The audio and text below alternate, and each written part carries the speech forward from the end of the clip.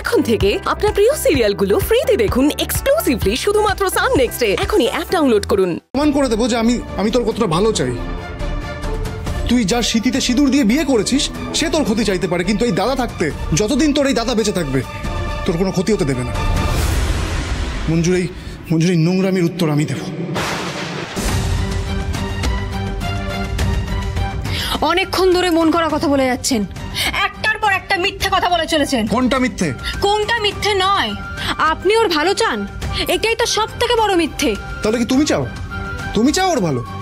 তোমার ভালো চাওয়াটা তো দেখলাম, হ্যাঁ, গোটা রসুলপুর দেখলো। যদি সত্যি ওর ভালো চাইতে না, যদি সত্যি ওকে ভালোবাসতে, তাহলে কোনোদিন এই কাজটা তুমি করতে পারতে না। একদম আজে বাজে কথা বলবেন না। আপনারা সবাই আমাদের সম্পর্কটাকে নিয়ে একটা তামাশা বানিয়ে দিয়েছেন। আপনি যদি ওকে এতই ভালোবেসে থাকেন তাহলে একটা উকিল জোগাড় করতে পারলেন না কেন? এখন কোর্টের বাইরে এসে ভালোবাসা দেখাচ্ছেন, আমাকে ছোট করতে চাইছেন। শোনো মঞ্জু, তোমার মুখে এইসব কথা মানায় না। তুমি ছোট কাজ করেছো তাই তোমাকে কথা শুনতে হবে। স্মৃতিতে সিঁদুর পরার পর বরকে অ্যারেস্ট করা, জীবনে কেউ কখনো এই ঘটনা ভাবতে পারবে? তুমি তো আগেও আমাদের দুই ভাইয়ের মধ্যে আগুন লাগানোর চেষ্টা করেছিলে, এখন ওকে মারতে চাইছো। ছি, তোমার প্ল্যান আমি ধরতে পারিনি। কি ভেবেছো তুমি?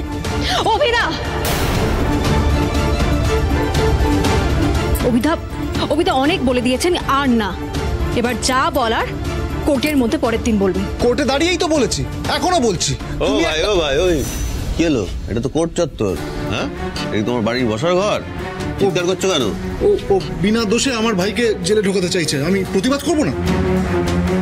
এটা প্রতিবাদ করার জায়গা নয়। হ্যাঁ, প্রতিবাদ করার হলে কোর্টে দাঁড়িয়ে করা উচিত ছিল।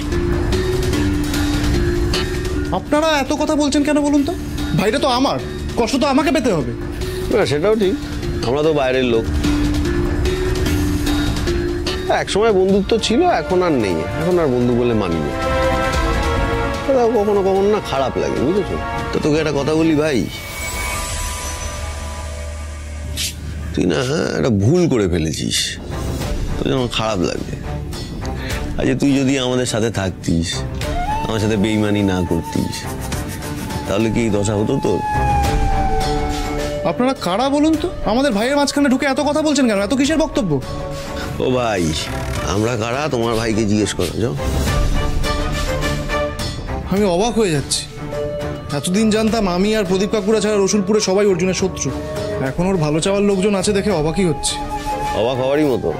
আমি রাজা সৎপতি।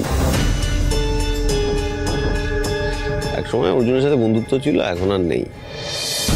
মঞ্জু গড়াই এসে কেচি দিয়েছে বন্ধুত্ব। তখন বুঝতে পারিনি, এখন বুঝতে পারি। এখন তো মনে হয় তলে তলে ওর ক্ষতি করবে বলেই ওর সাথে। এটা নাটক করার জায়গা নয়, এটা কোর্ট।